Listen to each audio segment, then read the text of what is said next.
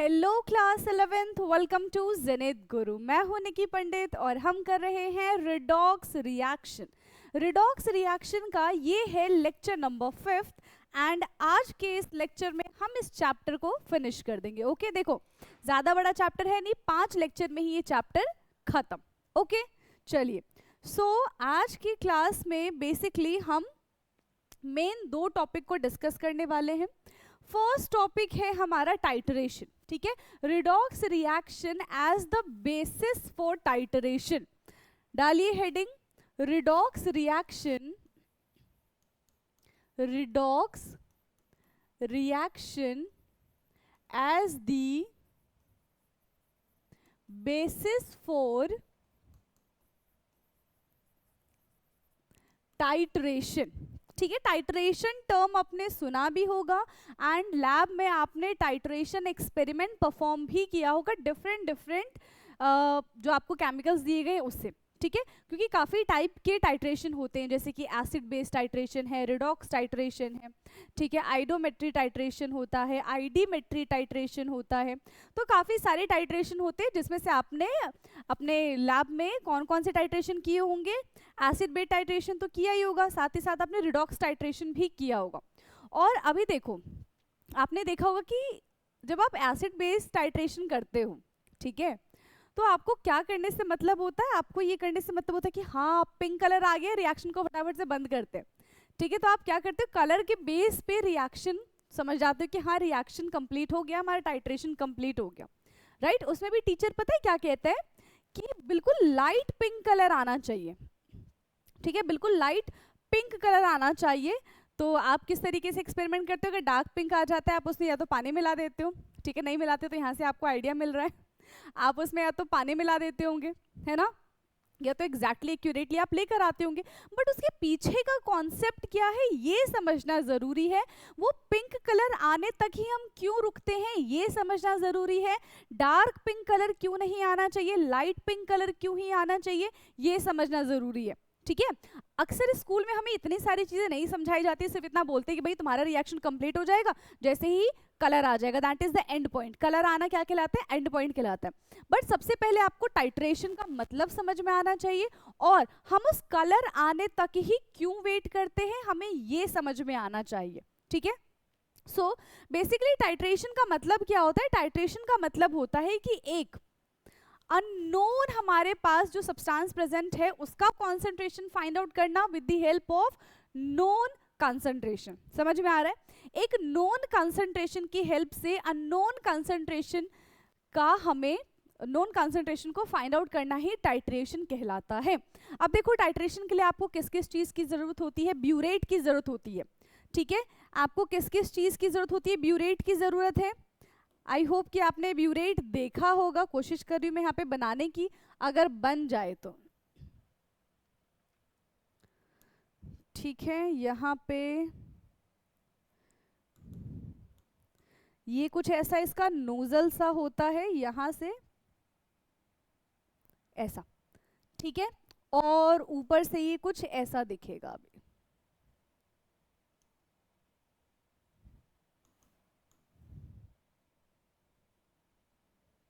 और इस पे आपको रीडिंग्स दिखती हैं। ठीक है, ये ब्यूरेट स्टैंड से लगा होता है और नीचे हम क्या रखते हैं, कॉनिकल फ्लास्क रखते हैं। नीचे हमने रख दिया है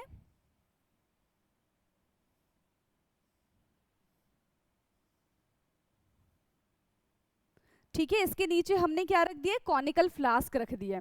आप क्या करते हो, पिपेट से, ठीक है, आप क्या करते हो, पिपेट से केमिकल सक करते हो और उसको 10 ml होता है, 15 ml होता है, उसको इस किस में डालते हो, कॉनिकल फ्लास्क में डालते हो। फिर क्या करते हो, नोजल लगा होता है यहाँ पे एक, आप इस नोजल को घुमाओगे और ड्रॉप बाय ड्रॉप इसमें से जो केमिकल है वो इसमें चल जाता जाएगा जाता जाएगा जाता जाएगा। यहाँ से आपको रीडिंग नोट करनी होती है। यस, कुछ ऐसा ही किया है आपने लैब में, यहाँ से आपको रीडिंग नोट करनी होती है और चेक करना होता है कि जैसे ही पिंक कलर आया, ठीक है, एसिड बेस की बात कर रहे हैं यहाँ पे हम, जैसे ही पिंक कलर आया वैसे ही आप क्या करते हो, नोजल को बंद करोगे और यहाँ से रीडिंग को चेक करोगे।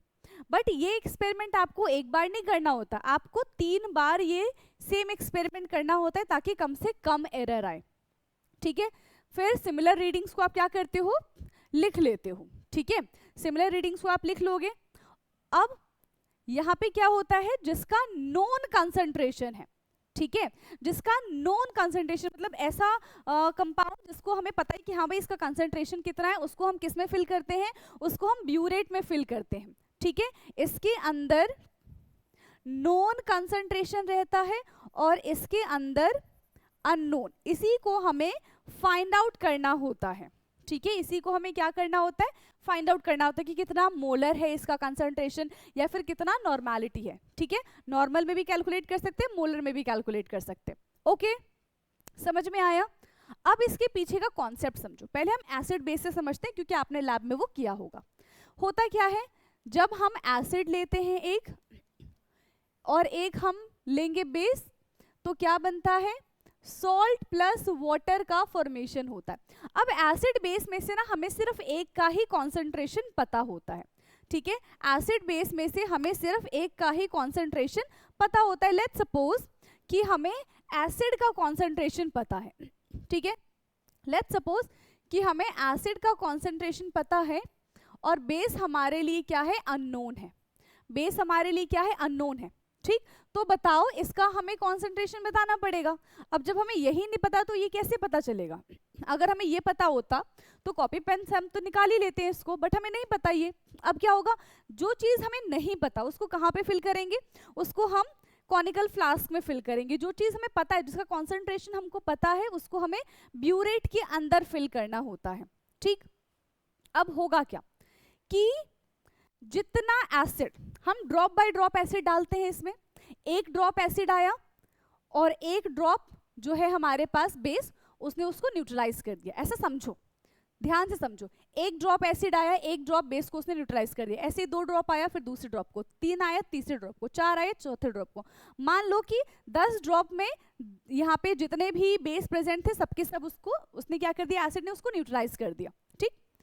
अब 11th जो ड्रॉप आएगा, अब इसमें NaOH बचा ही नहीं है, बेस इसमें बचा ही नहीं है, ठीक है। अब इसमें बेस बचा ही नहीं है, तो जो नेक्स्ट 11th ड्रॉप हम डालेंगे वो किसके साथ रिएक्ट करेगा, वो तो किसी के साथ रिएक्ट ही नहीं कर पाएगा, क्योंकि हमारे पास तो NaOH, हमारे पास तो बेस बचा ही नहीं है, तो इस कॉनिकल फ्लास्क में ही रह जाएगा ना। बट दुविधा हमारे सामने ये है कि हमें कैसे पता चलेगा कि भैया देखो यहाँ पे रिएक्शन हो गई है, हमें कैसे पता चलेगा, क्योंकि ये भी कलरलेस है, एसिड भी कलरलेस है, बेस भी कलरलेस है, तो हमारे लिए प्रॉब्लम वाली बात हो जाएगी। लेकिन अगर यही हो कि जैसे ही रिएक्शन कंप्लीट हो हमें ना एक अच्छा सा कलर मिल जाए और हमें पता चले कि हाँ भाई रिएक्शन बैलेंस हो गया, तो आप समझो क्या करते हैं, इसके अंदर हम डाल देते हैं एक इंडिकेटर, ठीक है। इसके अंदर हम क्या डाल देते हैं, इंडिकेटर। आपने सुना होगा फिनोफ्थलीन, मिथाइल ऑरेंज, तो एक दो ड्रॉप हम इसके अंदर इंडिकेटर डालते हैं। अब होगा क्या, एसिड आया बेस को न्यूट्रलाइज कर रहा है, एसिड आया बेस को न्यूट्रलाइज करेंगे। एक टाइम ऐसा आएगा कि सारा का सारा बेस न्यूट्रलाइज हो जाएगा, हमें तो नहीं पता चल रहा ना। लेकिन अब जब एसिड आया, बेस बचा क्या, बेस नहीं बचा, तो वो एसिड रिएक्ट करता है इंडिकेटर के साथ, ठीक है। वो जो एसिड है रिएक्ट करता है इंडिकेटर के साथ, और जब वो इंडिकेटर के साथ रिएक्ट करता है तो हमें कलर दिखने लग जाता है। वो हमारा प्रॉपर रिएक्शन नहीं है, ठीक है, वो तो हमें चाहिए नहीं होता, बट हमें बताने के लिए तो होना चाहिए ना कोई कि हमें पता चल जाए कि हाँ भाई रिएक्शन हो गई है।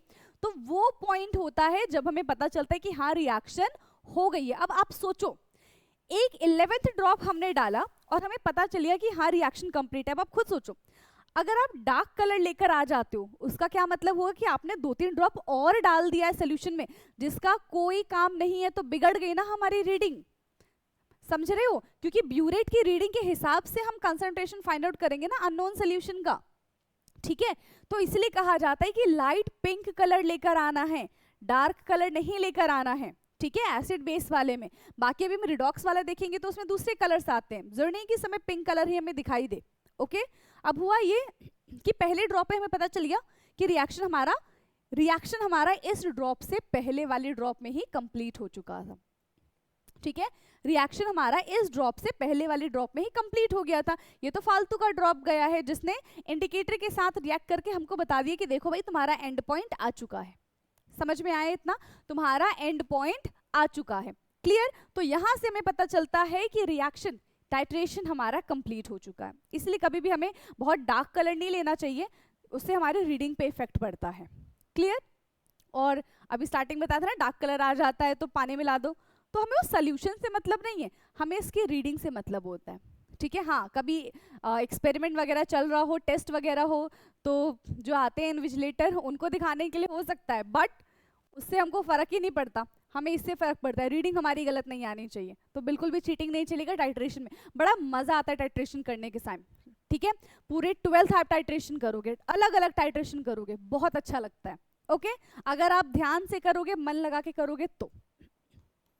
ओके, चलो इतना हो गया, समझ में आया टाइट्रेशन क्या होता है। सो बेसिकली यहाँ पे हमें कैसा टाइट्रेशन पता करना है, यहाँ पे हमें रिडॉक्स टाइट्रेशन के बारे में बात करनी है। ठीक है? किसके बारे में यहाँ पे हमको बात करनी है? रिडॉक्स टाइट्रेशन के बारे में बात करनी है। ओके, चलो। सो यहाँ पे हम बात करते हैं redox titration.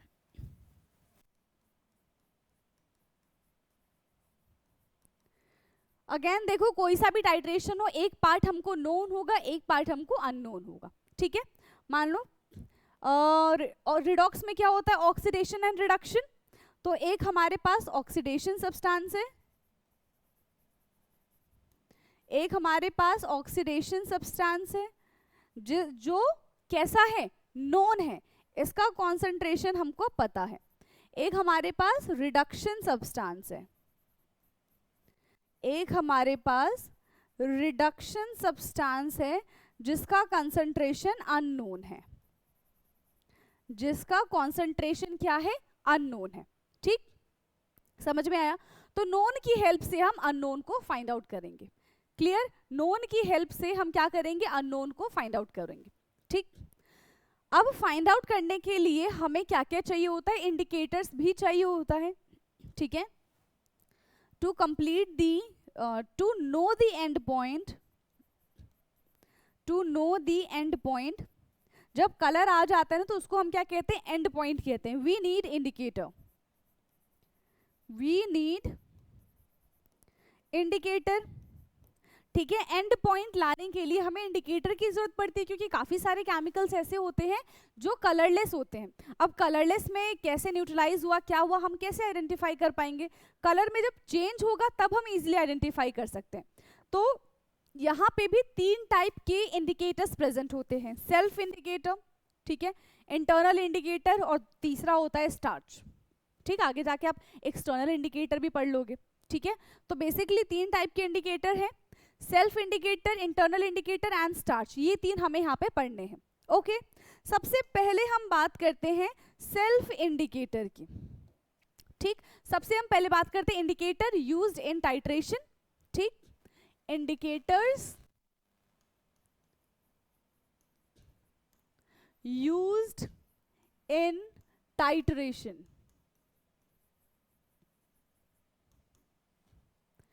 Indicators used in titration, सबसे पहला सेल्फ इंडिकेटर, सेल्फ इंडिकेटर।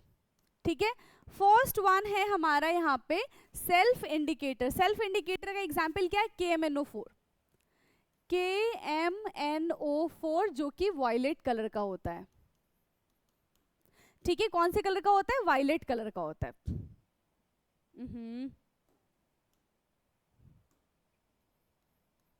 ठीक, चलो रिएक्शन लिखें। रिएक्शन क्या है? KMNO4, या फिर हम इसको ऐसे भी लिख सकते हैं MNO4 2 नेगेटिव, बात बराबर है। अगर K लगा देंगे, K2 लगा देंगे तो यहाँ पे क्या हो जाएगा? K लगा देंगे, K2 थोड़ी लगाएंगे, ये नेगेटिव है, तो K लगा देंगे तो ये नेगेटिव साइन यहाँ से हट जाएगा। ठीक, इसका रिएक्शन हुआ Fe के साथ। ठीक है? इसका रिएक्शन क्या हुआ? Fe के साथ हमने इसको रिएक्ट करवाया, हमें मिला है Fe3 पॉजिटिव, और दूसरा क्या हो जाएगा? अगर एक का ऑक्सीडेशन हुआ है तो दूसरे का क्या हो जाएगा? रिडक्शन होना है, MnO2। ठीक है? MnO2। सबका ऑक्सीडेशन स्टेट लिखो तो देखो यहाँ पे क्लियरली विजिबल है कि इसका ऑक्सीडेशन नंबर +7 होगा, Fe2 पॉजिटिव से चला गया Fe3 पॉजिटिव पे, और इसका हो गया 4। ठीक है? इसका क्या हो जाएगा? 4 हो जाएगा। क्लियर है, समझ में आया? तो बीकर में हमने क्या लिया है, बीकर में हमने क्या लिया है, फ्लास्क में हमने क्या लिया है, MnO4 ले लिया, ठीक है। ये हमने ब्यूरेट में लिया है और ये हमने फ्लास्क में लिया, ठीक है। MnO4 को हमने किस में लिया है, फ्लास्क में लिया, जिसका कलर कैसा है, वॉयलेट कलर है, ठीक है, जिसका कलर क्या है, वॉयलेट है। यहाँ पे देखो,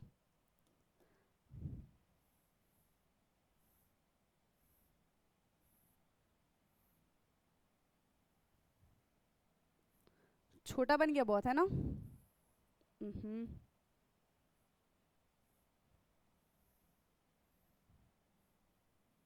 ठीक है, अब क्या करेंगे हम, ड्रॉप बाय ड्रॉप ब्यूरेट से Fe2 पॉजिटिव इसमें डालेंगे तो हम देखेंगे कि धीरे धीरे जो कलर है वो चेंज हो रहा है।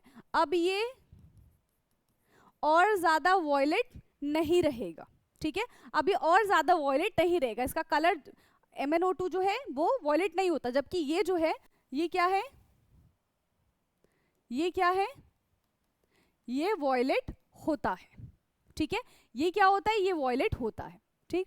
When Fe2 add drop by drop in flask, ठीक है, और we can say in MnO4 negative, जब हम Fe2 पॉजिटिव को drop by drop MnO4 negative में डालेंगे तब क्या होगा, तब क्या होगा, कलर जो है वो स्लाइटली डिसअपियर हो जाएगा और लाइट हो जाएगा, ठीक है, लाइट पिंक सोल्यूशन देखने के लिए मिलेगा एंड दिस टेल अस कि हमारा एंड पॉइंट आ चुका है, ठीक है। When Fe2 positive add drop by drop in MnO4 negative, when Fe2 positive add drop by drop in MnO4 negative, the color start disappear, the color start disappear, colour क्या हो जाएगा, colour disappear start होना हो जाएगा end change in light pink solution, end change in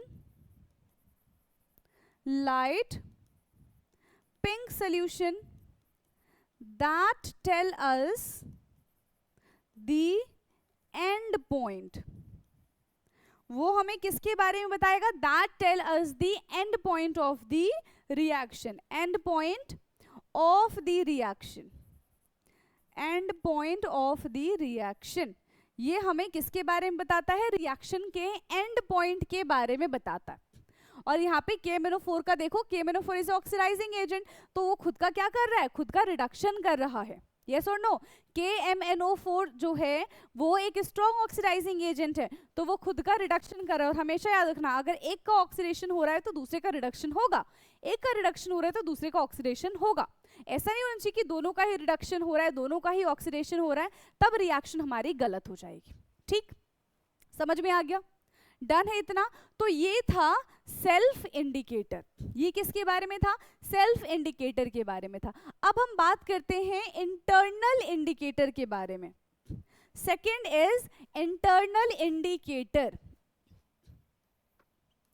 internal indicator,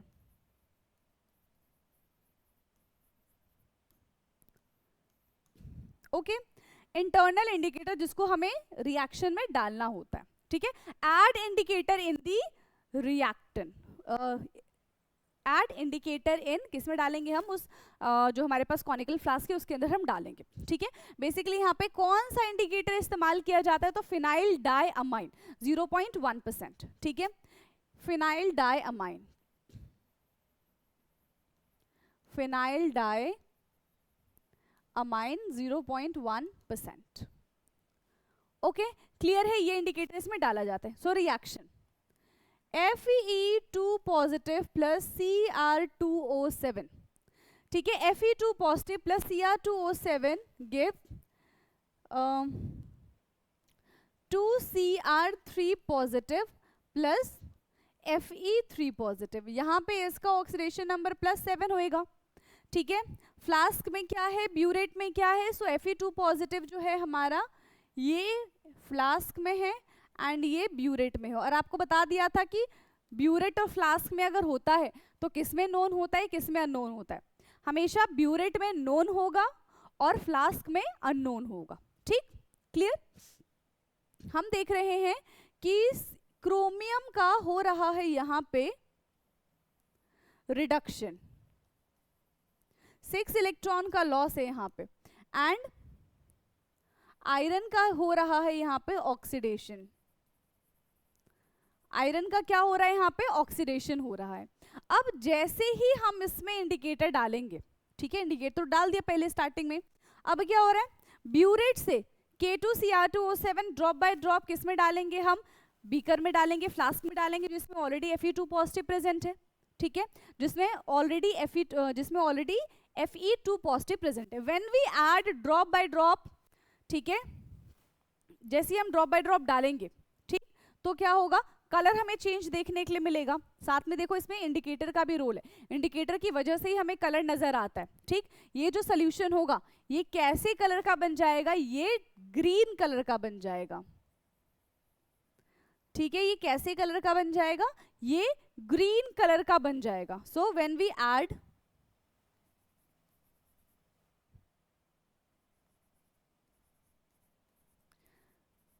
add क्या add कर रहे हैं, few drops of indicator, when we add few drops of indicator, when we add few drops of indicator, the green color solution change into the green color solution change into, जैसे indicator डालेंगे green colour solution किस में convert हो जाएगा, intense dark blue colour में convert हो जाएगा। ठीक है, change into intense dark blue colour. ठीक है, इंडिकेटर डालते ही इसका कलर चेंज हो जाएगा, and which shows the end point of the reaction, which shows the end point of the reaction. और ये हमें किसके बारे में बताएगा, ये हमें and point of the reaction के बारे में बताएगा। That means Fe2 present in flask is over, बताएगा कि जितना भी Fe2 प्रेजेंट था वो सब ओवर हो चुका है। अब जितना भी ये K2Cr2O7 डालोगे उतना ही ज्यादा वो किसके साथ रिएक्ट करेगा, इंडिकेटर के साथ रिएक्ट करेगा और कलर में चेंजेस लेकर आएगा। ठीक है, कलर में चेंजेस लेकर आएगा। अब ये बन गया तो इसका तो ग्रीन कलर है, एक्स्ट्रा इंडिकेटर डाला, एक्स्ट्रा KMnO4 डाला तो नया कलर हमें देखने के लिए मिलेगा। ठीक है, दैट मीन्स, ठीक है, that means Fe2 present in flask is over. That means Fe2 positive present in flask, present in flask is over. ठीक है, वो सारा का सारा क्या है, ओवर हो चुका है, सारा का सारा क्या हो चुका है, ओवर हो चुका है। Okay, done. तो यहाँ पे इंटरनल इंडिकेटर भी होता है खत्म। अब बात करते हैं स्टार्च इंडिकेटर की, थर्ड इंडिकेटर।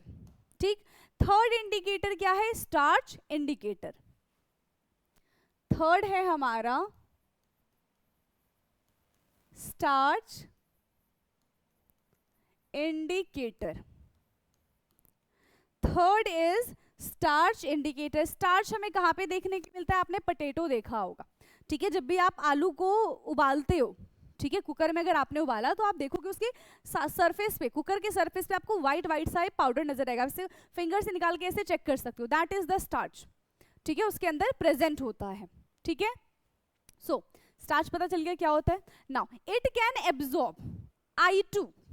ठीक है, it can absorb I2 reaction.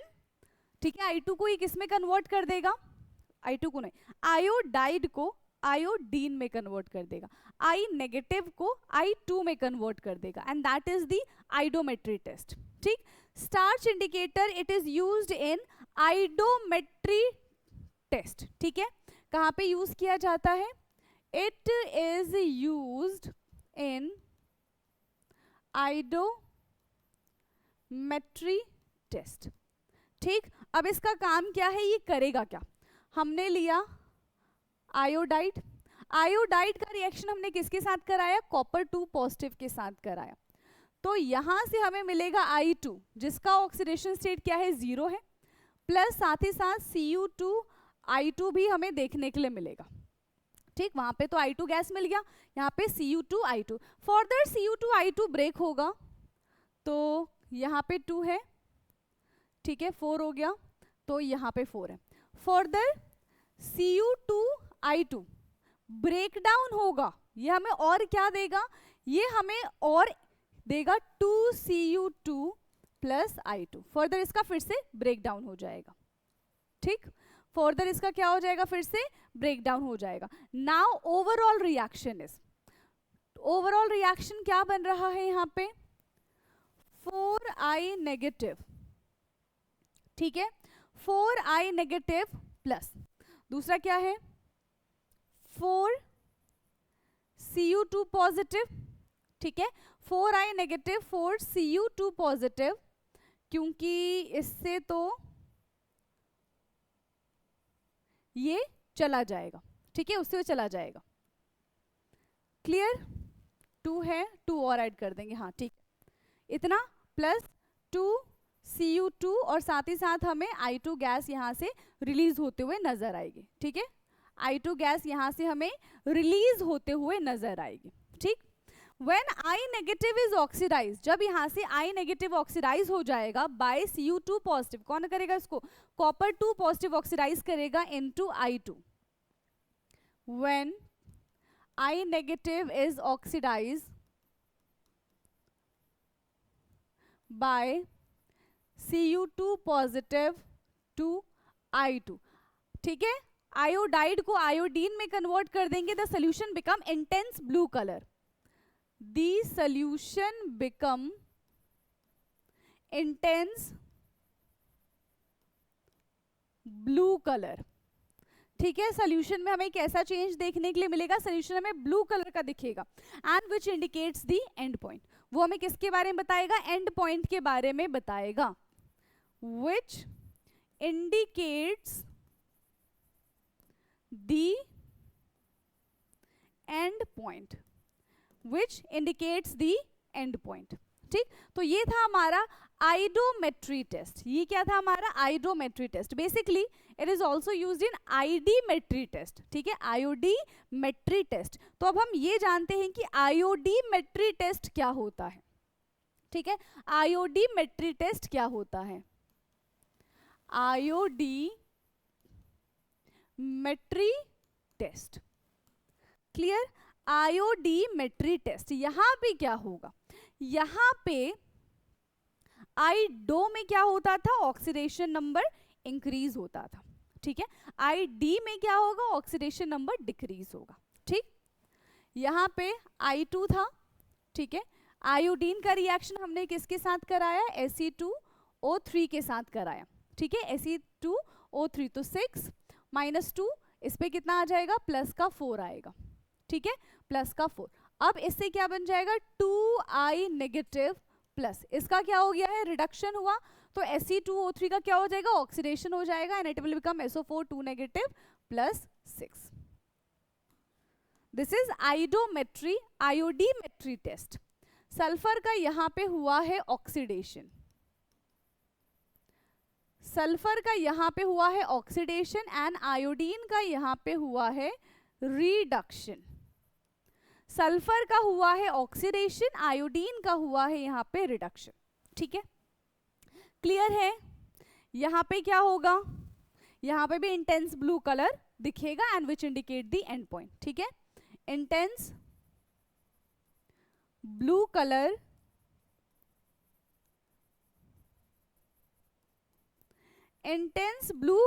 Indicates the end point. ठीक है, intense blue colour indicate the and point, ये हमें एंड पॉइंट के बारे में बता रहा है। ओके, तो यहां पे हमारा टाइट्रेशन होता है ओवर। क्लियर है, यहां पे हमारा टाइट्रेशन होता है ओवर। ओके, फटाफट से इसको नोट डाउन करिए।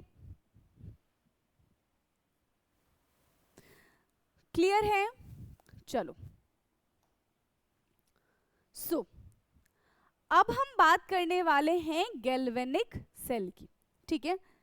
लास्ट टॉपिक है हमारा इस चैप्टर का गैल्वेनिक सेल।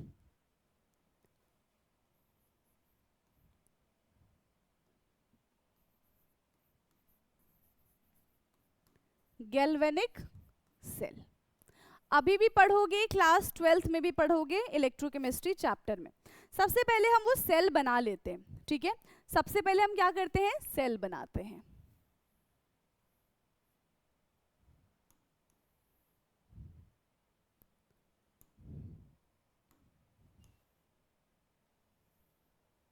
बिल्कुल ऐसे ही आपको अपनी नोटबुक में गैल्वेनिक सेल बनाना है, ठीक। इन दोनों को हम कनेक्ट करते हैं सॉल्ट ब्रिज से। ये बहुत इंपॉर्टेंट है, अगर हम चाहेंगे कि हमारा सेल जो है अच्छे से फंक्शन करता रहे, जल्दी खराब ना हो, तो हमें इसमें सॉल्ट ब्रिज लगाना पड़ेगा, ठीक है। हमने इसमें क्या किया है, हमने इसमें एक लगा दिया सॉल्ट ब्रिज। आगे सॉल्ट ब्रिज का फंक्शन हम जानेंगे, ठीक।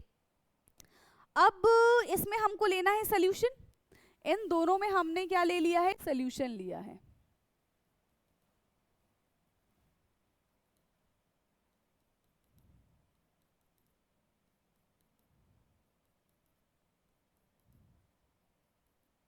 ठीक, हमने इसमें क्या ले लिया, हमने इसमें लिया है सोल्यूशन। अब देखो, एक में हमने लिया है जिंक सल्फेट का सोल्यूशन। किसका सोल्यूशन लिया है, ZnSO4 का सोल्यूशन। एक में हमने लिया है कॉपर सल्फेट का सोल्यूशन, CuSO4 का सोल्यूशन। जिसका इलेक्ट्रोड होगा उसी का सोल्यूशन होगा, ठीक है। जिसका इलेक्ट्रोड होगा उसी का सोल्यूशन होगा। हमने यहाँ पे एक इलेक्ट्रोड लिया, ठीक है, और ये दूसरा इलेक्ट्रोड। एक इलेक्ट्रोड हमारा रहेगा जिंक का और एक इलेक्ट्रोड रहेगा हमारा कॉपर का। ये जो इलेक्ट्रोड है ये जिंक इलेक्ट्रोड है and this is copper electrode. जिसका सोल्यूशन उसी का ही इलेक्ट्रोड हमको लेना है, ठीक। जिसका सोल्यूशन उसी का हमको इलेक्ट्रोड लेना है। अब देखो, ये जो सेल है ये कैसा सेल है, ये एक स्पॉन्टेनियस सेल है। स्पॉन्टेनियस सेल का मतलब होता है कि बाहर से हमको एक्स्ट्रा चार्ज बैटरी किसी की जरूरत नहीं होती, अपने आप ही काम करेगा। बट चेक करने के लिए हमें इसमें एक वोल्ट मीटर लगाना पड़ेगा ताकि हमको डिफ्लेक्शन दिखता रहे, ठीक। तो इसको हमने किससे कनेक्ट कर दिया है, वोल्ट मीटर से कनेक्ट कर दिया, ठीक है, ताकि हमें इलेक्ट्रॉन का डिफ्लेक्शन दिखता रहे, ठीक है। कैसा रिएक्शन है, ये है एक स्पॉन्टेनियस रिएक्शन, ठीक है। It is a spontaneous cell, लिखो, it is a spontaneous cell. ये कैसा सेल है, स्पॉन्टेनियस सेल है। इसका काम क्या है, which convert chemical energy into electrical energy, which convert chemical energy into electrical energy, ठीक है। इसका काम क्या है, केमिकल एनर्जी को इलेक्ट्रिकल एनर्जी में कन्वर्ट कर देना है। एंड इसके लिए जो गिव्स फ्री एनर्जी है वो नेगेटिव होता है। अगर गिव्स फ्री एनर्जी नेगेटिव है मतलब हमारा जो सेल है वो कैसा है, स्पॉन्टेनियस है। गिव्स फ्री एनर्जी क्या होता है, यूजफुल वर्क डन, ठीक है। गिव्स फ्री एनर्जी क्या है, यूजफुल वर्क डन। और इसका फॉर्मूला क्या होता है, delta G is equal to change in गिव्स free energy is equal to delta H minus T delta S.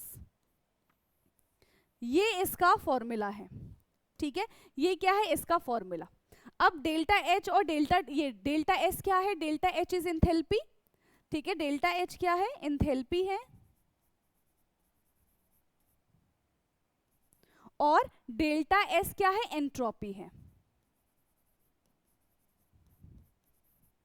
Delta H is enthalpy और delta S is entropy. Clear, समझ में आ गया। एक और चीज, जहां पे ये इलेक्ट्रोड और ये इलेक्ट्रोलिटिक सोल्यूशन मीट कर रहे हैं, जहां पे इलेक्ट्रोड और इलेक्ट्रोलिटिक सोल्यूशन मीट कर रहे हैं उसको क्या बोलेंगे हम, इलेक्ट्रोड इलेक्ट्रोलाइट इंटरफेरेंस, ठीक है। This is electrode electrolyte interference.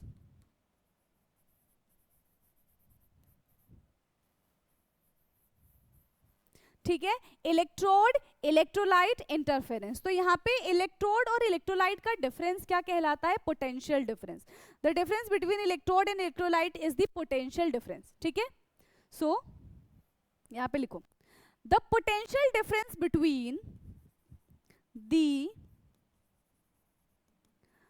Potential difference between electrode and electrolyte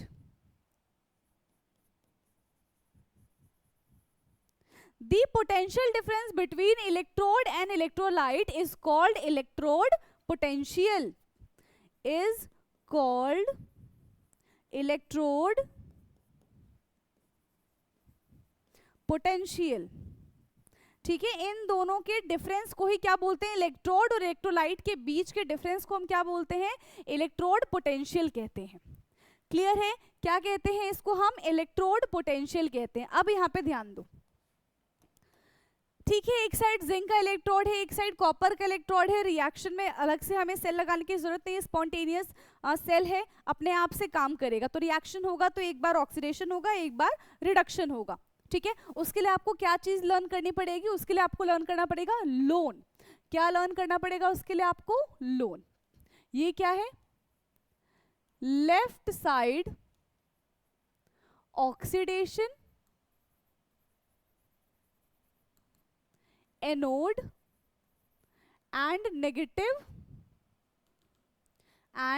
negative potential.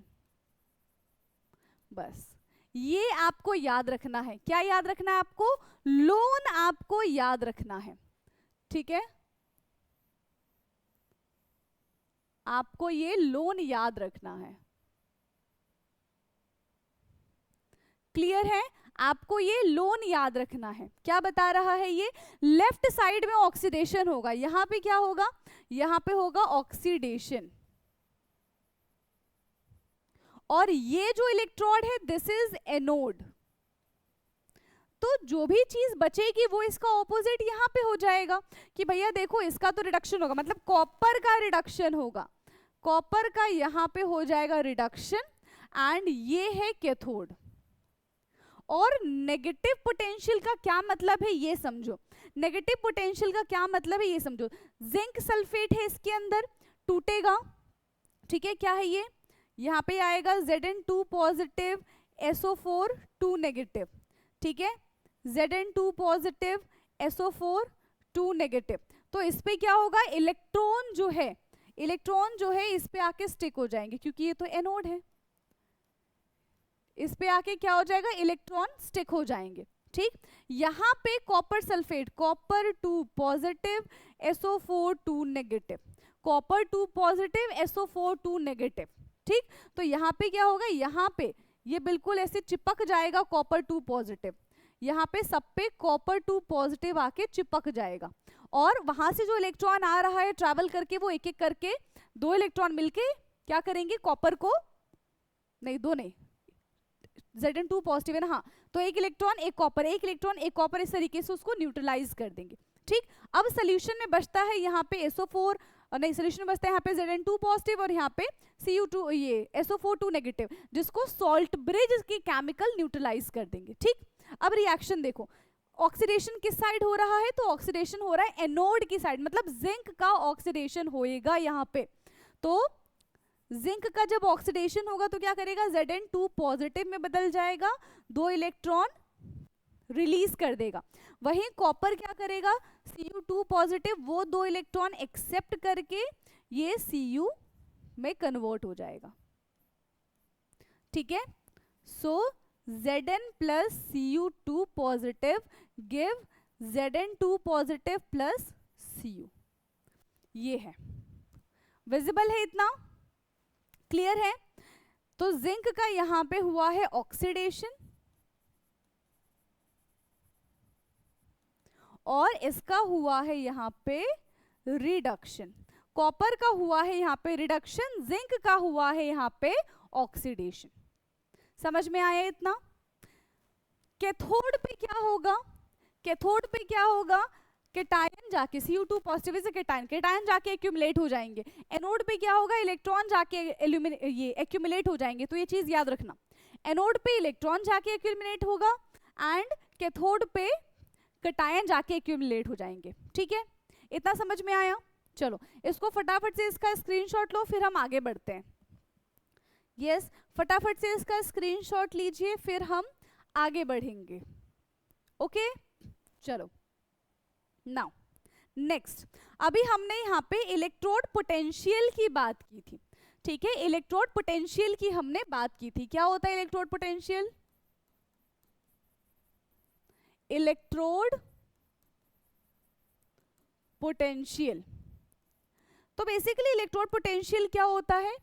एक होता है हमारे पास स्टैंडर्ड रिडक्शन पोटेंशियल और एक होता है स्टैंडर्ड ऑक्सीडेशन पोटेंशियल। ठीक है, standard reduction potential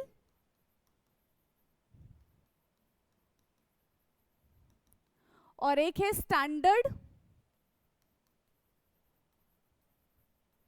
oxidation potential. Standard reduction potential and standard oxidation potential, पर इसका मतलब क्या है? जहां पे भी स्टैंडर्ड आ जाता है वो नॉर्मल वाले से कैसे अलग है? नॉर्मल वाला किसी भी कंसंट्रेशन किसी भी टेम्परेचर पे हो सकता है, बट जब भी हम स्टैंडर्ड की बात करते हैं, ठीक है, जब भी हम स्टैंडर्ड की बात करते हैं तो उसके लिए 1 molar concentration at 298 kelvin fix होता है। ठीक है, potential difference between electrode and electrolyte when electrolyte have 1 molar concentration at 298 kelvin. ठीक, standard electrode potential, standard electrode potential, standard electrode potential. ठीक है, so potential difference, potential difference between, potential difference between electrode and electrolyte, potential difference between electrode and electrolyte when electrolyte have, when electrolyte have 1 molar concentration at 298 Kelvin। ठीक है, when electrolyte have 1 molar concentration at 298 Kelvin। ठीक, clear है? तो ये same होगा reduction के लिए भी एंड ऑक्सीडेशन के लिए भी। ओके, ये चीजें सेम होगी ऑक्सीडेशन के लिए भी और रिडक्शन के लिए भी। नाउ सेल पोटेंशियल, किसके बारे में बात करते हैं? एक नई चीज है सेल पोटेंशियल, और इसको हम ईएमएफ भी बोलते हैं। सेल पोटेंशियल और ईएमएफ, सेल पोटेंशियल और ईएमएफ, सेल पोटेंशियल और ईएमएफ। तो डिफरेंस बिटवीन क्या होता है? Difference between potential of cathode and anode, difference between potential of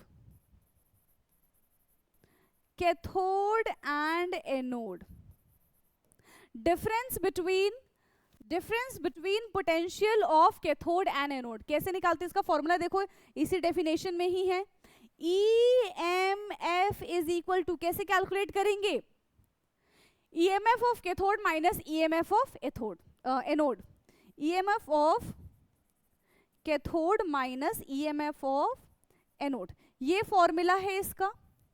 ठीक है, ये फॉर्मूला है इसका। अब एनोड की क्या वैल्यू है, कैथोड की क्या वैल्यू है, ये हमें क्वेश्चन में गिवन होगा। ठीक है, या तो ये नहीं लिखना तो ईएमएफ को हम और दूसरी तरीके से भी रिप्रेजेंट कर सकते हैं, राइट माइनस लेफ्ट, ई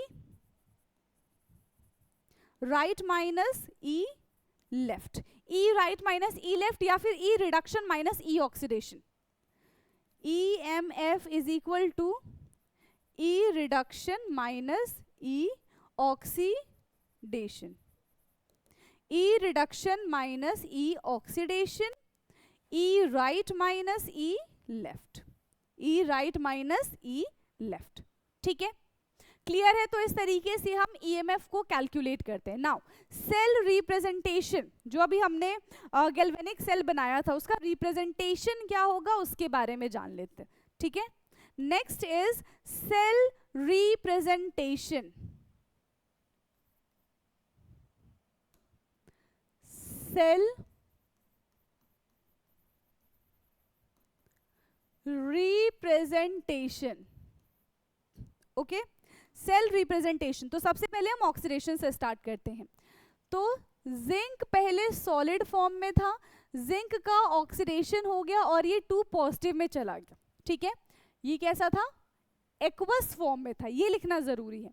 फिर बीच में आता है सॉल्ट ब्रिज, कॉपर 2 पॉजिटिव था, कॉपर 2 यानी कि ये सॉलिड में पहुंच गया एक्वस से। तो दिस इज द रिप्रेजेंटेशन। यहाँ पे ऑक्सीडेशन हुआ है और यहाँ पे एनोड था, this is salt bridge and this is reduction, यहाँ पे कैथोड था। तो जो पूरा हमने अभी गैल्वेनिक सेल बनाया ना उसका बस इतना सा रिप्रेजेंटेशन था। ठीक है, जो पूरा हमने सेल बनाया उसका क्या था? इतना सा रिप्रेजेंटेशन था। चलो सॉल्ट ब्रिज के बारे में अब हम जान लेते हैं। किसके बारे में जानेंगे हम? सॉल्ट ब्रिज के बारे में, कि उसका काम क्या है। सॉल्ट ब्रिज, देखो सॉल्ट ब्रिज जो है बड़ा ही यूजफुल है। ये किससे मिलके बनता है? तो ये मिलके बनता है पोटाशियम सॉल्ट से। ठीक है, ये किसका बना होता है? पोटाशियम सॉल्ट का बना होता है। जैसे KCl ले लो, ठीक है, K2SO4 ले लो, तो सोडियम पोटाशियम से मिलके बना होता है। क्यों? क्योंकि सोडियम पोटाशियम खुद बहुत रिएक्टिव है, कोई इनसे रिएक्ट कर नहीं पाएगा, यही सबसे रिएक्ट करेंगे। ठीक है, तो इस वजह से जो सॉल्ट ब्रिज है वो इसका मिलके बना होता है। So potassium salt, salt bridge is potassium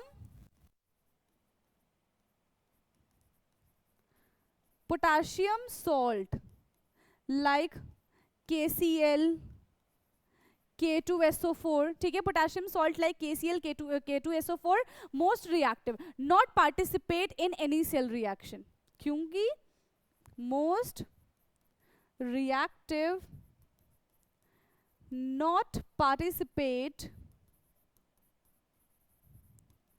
in any cell reaction, not participate in any cell reaction, ये किसी भी सेल रिएक्शन में पार्टिसिपेट नहीं करते हैं।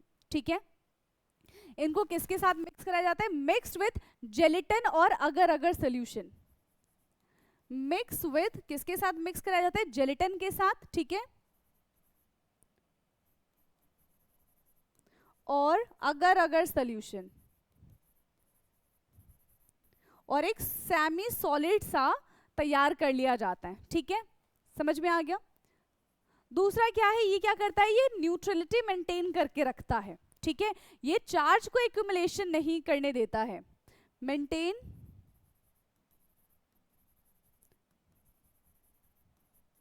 न्यूट्रलिटी, ठीक है, and charge accumulation, charge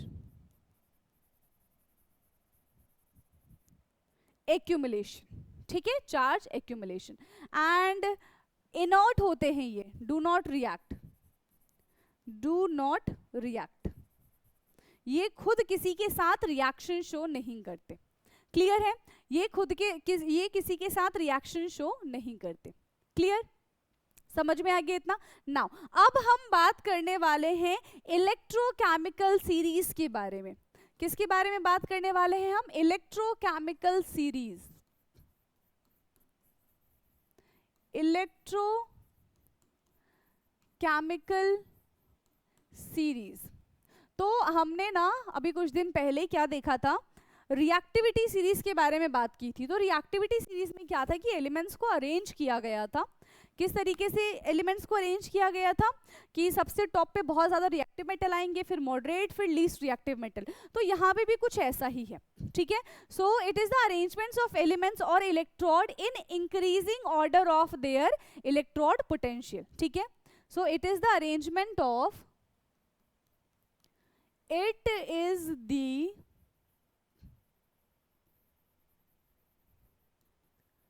it is the arrangement of elements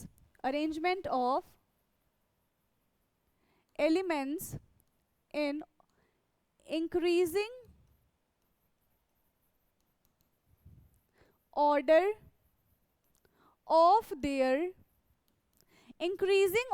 of their standard electrode potential, of their standard electrode potential, ठीक है, of their standard electrode potential. तो किसी का भी वैल्यू स्टैंडर्ड इलेक्ट्रोड पोटेंशियल निकालने के लिए हमें एक स्पीशीज को एज अ रेफरेंस मानना पड़ता है ना। 9th क्लास में हमने पढ़ा था ना कि अगर हमें एटॉमिक मास कैलकुलेट करना है तो एक हमें स्टैंडर्ड एटॉमिक मास लेना पड़ेगा और उसके कंपैरिजन में हम सबका मास कैलकुलेट करेंगे। तो यहाँ पे भी कुछ ऐसा ही है, एक स्पीशीज को आप स्टैंडर्ड मान लो और उसके कंपैरिजन में बाकी सबका इलेक्ट्रोड पोटेंशियल निकाल लो। तो हमने यहाँ पे किसको स्टैंडर्ड माना है? हाइड्रोजन को। हाइड्रोजन का जो ईएमएफ की वैल्यू होती है वो होती है 0, तो उससे हम किसी का भी ईएमएफ कैलकुलेट कर सकते हैं। एक बार हाइड्रोजन को एनोड की जगह पे लगाओगे तो कैथोड का ईएमएफ कैलकुलेट हो जाएगा, एक बार अगर कैथोड की जगह पे लगाओगे तो एनोड का ईएमएफ कैलकुलेट हो जाएगा। इसको हम बोलते हैं she, SHE, standard hydrogen electrode.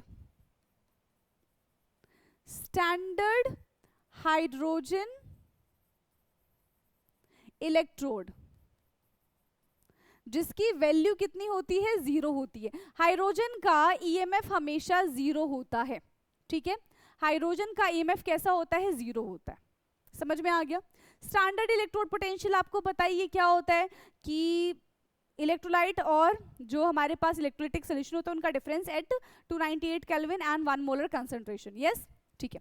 तो यहाँ पे हम देखते हैं जो हमारे पास इलेक्ट्रोकेमिकल सीरीज है उसको अरेंज किस बेस पे किया है। आप जब देखोगे बुक में, ठीक है, आप जब देखोगे बुक में तो क्या होगा कि कुछ सीरीज में पॉजिटिव चार्ज है ईएमएफ, किसी का नेगेटिव चार्ज है, तो पॉजिटिव और नेगेटिव किस बेस पे आया है उसको जान लेते हैं हम, ठीक है। पॉजिटिव और नेगेटिव किस बेस पे आया है उसको जान लेते हैं हम। तो देखो लिथियम है हमारे पास, लिथियम पॉजिटिव है। अगर हम लिथियम पॉजिटिव को एक इलेक्ट्रॉन देंगे तो यहाँ पे क्या बन जाएगा? ये लिथियम बन जाएगा और इसका जो ईएमएफ का वैल्यू होगा वो लगभग -3.05 के बराबर होता है इलेक्ट्रॉन वोल्ट, ठीक है, -3.05 इलेक्ट्रॉन वोल्ट। तो हमें लिथियम पॉजिटिव ये बताने की कोशिश करे कि देखो भाई, मैं अपने लिथियम पॉजिटिव में बहुत स्टेबल हूँ, मुझे एक इलेक्ट्रॉन एक्सेप्ट करके लिथियम नहीं बनना। वो हमें कैसा रिस्पॉन्स दे रहा है? वो हमें नेगेटिव रिस्पॉन्स दे रहा है, मतलब वो रिडक्शन नहीं चाहता। समझ में आ रहा है? लिथियम रिडक्शन नहीं चाहता। अगर लिथियम रिडक्शन नहीं चाहता है तो वो क्या चाहता है? वो ऑक्सीडेशन चाहता है, वो ऑक्सीडेशन करना चाहता है। और जब वो ऑक्सीडेशन करना चाहेगा तो मतलब ये बहुत अच्छा रिड्यूसिंग एजेंट है। घूम गए ना? घूम गए? दोबारा से सुनो, लिथियम पॉजिटिव स्टेबल है लेकिन जबरदस्ती हम उसको क्या कर रहे हैं? एक इलेक्ट्रॉन दे रहे हैं। लिथियम पॉजिटिव को जब जबरदस्ती हम एक इलेक्ट्रॉन देंगे तो वो क्या बन जाएगा? लिथियम में कन्वर्ट हो जाएगा। ध्यान दो, लिथियम पॉजिटिव को जबरदस्ती जब हम एक इलेक्ट्रॉन देंगे तो वो किस में कन्वर्ट हो जाएगा? लिथियम में कन्वर्ट हो जाएगा। और जब वो लिथियम में कन्वर्ट हो जाएगा तो वो हमें कैसा साइन दे रहा है? वो हमें नेगेटिव साइन दे रहा है। दैट मीन्स वो नहीं चाहता कि वो क्या हो? उसका रिडक्शन हो। जब वो नहीं चाहेगा कि उसका रिडक्शन हो तो उसका क्या हो जाएगा? ऑक्सीडेशन हो जाएगा। और जिसका ऑक्सीडेशन होता है वो कैसा होता है? उसका वो ऑक्सीडाइजिंग एजेंट होता है। नहीं, इसका क्या हो रहा है? ऑक्सीडेशन हो रहा है ना, तो वो रिड्यूसिंग एजेंट होता है, ठीक है। ऐसे ही पोटेशियम पॉजिटिव ले लो, अगर इसको हम एक इलेक्ट्रॉन देते हैं तो ये भी के में कन्वर्ट हो जाएगा, सिर्फ पोटेशियम में कन्वर्ट हो जाएगा। और इसकी भी वैल्यू हमको कैसे मिलेगी? नेगेटिव मिलेगी, -2.93। मतलब पोटेशियम भी नहीं चाहता कि इसका रिडक्शन हो, पोटेशियम चाहता है कि मेरा तो ऑक्सीडेशन हो जाए। And potassium also act as a reducing agent, ठीक है। समझ में आ गया? क्लियर है? तो ऐसे ही हमारे बुक में क्या दिया हुआ है? एक टेबल दी हुई है, उसके बारे में हम बात करते हैं, ठीक है। तो टेबल के बारे में बात करते हैं, है ना।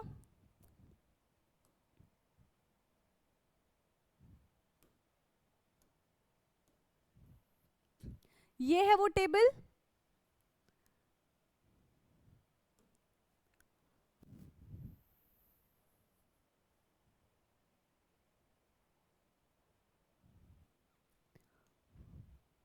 देखो यहाँ पे दिख रहा है। नेक्स्ट पेज पे भी हम लेकर आते हैं।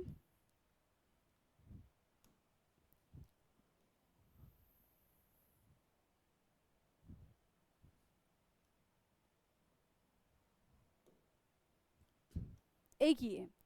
तो यहाँ पे वैल्यूज को देखो जरा, ठीक है, यहाँ पे वैल्यूज को देखो जरा। Fe2 था, उसने 2 इलेक्ट्रॉन एक्सेप्ट किया और वो हमें वैल्यू कैसी दे रहा है, वो हमें पॉजिटिव वैल्यू दे रहा है। मतलब ये तो चाहता था कि हाँ भाई इसको इलेक्ट्रॉन मिल जाए, इलेक्ट्रॉन एक्सेप्ट कर ले, खुद का रिडक्शन कर ले, ठीक है। कॉपर, ये कोबाल्ट है, ये भी चाहता है लेकिन उसकी कंपैरिजन में कम चाहता है, ठीक है। आयरन की कंपैरिजन में कम चाहता है, ठीक है। ऐसी धीरे धीरे धीरे धीरे चाहते इसकी कैसे देखो कम हो गई। और हाइड्रोजन कैसा हो गया, बिल्कुल न्यूट्रल हो गया, इसकी वैल्यू कैसी होगी, 0 हो गई। फिर लेड है, लेड बहुत कम रिपेल कर रहा है कि देखो भाई इलेक्ट्रॉन मुझे चाहिए नहीं, बट अगर तुम दे रहे हो तो मैं ले लूंगा, मैं क्यों मना करूं, ठीक है। तो धीरे धीरे इनकी मना करने की शक्ति बढ़ती चली गई और अब देखो ये बहुत ज्यादा नेगेटिव शो कर रहे हैं। लिथियम सबसे ज्यादा नेगेटिव रिस्पॉन्स दे रहा है कि देखो चाहे कुछ भी हो जाए मैं एक इलेक्ट्रॉन एक्सेप्ट नहीं करूंगा, मतलब नहीं करूंगा, ठीक है। लिथियम इलेक्ट्रॉन एक्सेप्ट नहीं करेगा मतलब नहीं करेगा, क्लियर। तो इस तरीके से इन सब की वैल्यूज आपको लर्न नहीं करनी है। हाँ, क्वेश्चन प्रैक्टिस करते करते आपको लर्न हो जाएगा, वो बहुत अच्छी बात है, क्योंकि ये सेम चीज आप क्लास 12th में भी पढ़ोगे, फर्स्ट बुक में 2nd चैप्टर, क्लियर, समझ में आ गया इतना। और ये जो मैं शी के बारे में बता रही थी, हाइड्रोजन इलेक्ट्रोड पोटेंशियल, इससे हम सबके इलेक्ट्रोड पोटेंशियल को कैलकुलेट करते हैं, ठीक है। इससे हम सबके इलेक्ट्रोड पोटेंशियल को कैलकुलेट करते हैं, ओके। सो यहाँ पे हमारा ये जो ब्यूटीफुल सा चैप्टर था, छोटा सा जो चैप्टर था, वो होता है ओवर, ठीक है। यहाँ पे हमारा रिडॉक्स रिएक्शन होता है ओवर, क्लियर। अब हम इसके क्वेश्चन आंसर करेंगे, आगे की जितनी भी चीजें हैं, नया चैप्टर है, सब स्टार्ट करने वाले हैं, ठीक है। बट इस चैप्टर को बिल्कुल ध्यान से पढ़ना, बहुत अच्छे से पढ़ना, और जो भी डाउट्स होंगे आप मुझे चैट बॉक्स में बता सकते हो, आप मुझे ग्रुप में बता सकते हो, मैं आप सबका आंसर करूंगी, ओके। सो मिलते हैं अब हम नेक्स्ट क्लास में, आज के लिए इतना ही, थैंक यू सो मच।